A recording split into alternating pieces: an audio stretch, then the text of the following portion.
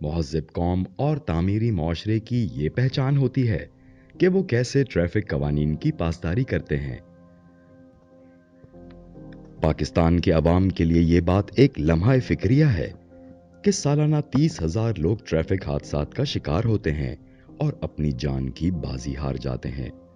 और तकरीबन 1 लाख लोग सालाना इन हादसात से शदीद जख्मी होते हैं। पाकिस्तान में जहां गाड़ियों की तादाद में इजाफा हो रहा है, वहीं मोटरसाइकिल चलाने वाले अफराद की तादाद इससे कहीं तेजी से बढ़ रही है। मगर अफसोस कि अक्सरियत 50,000 का मोटरसाइकिल खरीद कर भी 500 और 1000 रुपए का हेलमेट ना खरीद कर अपनी कीमती जिंदगी दांव पर लगा देते हैं। पाकिस्तान के सड़कों पर दिन रात होते हादसात इस बात की गवाही देते हैं कि ना तजर्बाकार ड्राइवर्स गाड़ियों को काबू नहीं कर पाते, और कहीं कम उम्री की ड्राइविंग अपने साथ दूसरों की जिंदगी का खात्मा कर देती है, तो कहीं मोटरसाइकिल की वन व्हीलिंग लातादाद जवानों की जिंदगियां निगल चुकी है। न जाने गाड़ी या मोटरसाइकिल चलाते हम ये क्यों भूल जाते हैं कि इस दौरान मोबाइल का इस्तेमाल जानलेवा साबित हो सकता है,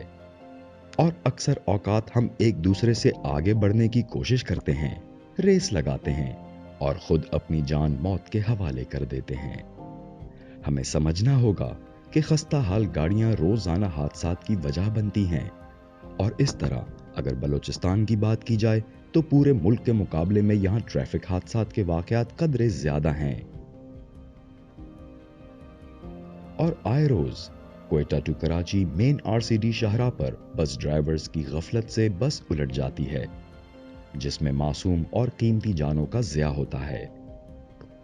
कहीं तेज रफ्तारी और ट्रैफिक सिग्नल्स को खातिर में ना लाते हुए ट्रैफिक सार्जेंट अताउल्लाह को कुचल दिया जाता है, तो कहीं सड़क पर एहतियात ना करने की वजह से कमिश्नर मकरान डिवीजन तारिक जहरी जैसे फर्ज शनास ऑफिसर की कीमती जान भी हादसे की नजर हो जाती है। अलगर्ज कीमती जानें ट्रैफिक हादसात में जाया हो जाती हैं,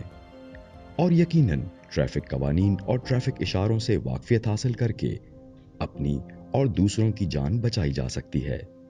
और गोया एक इंसान की जिंदगी बचाना पूरे इंसानियत को बचाने के मुतरादिफ है।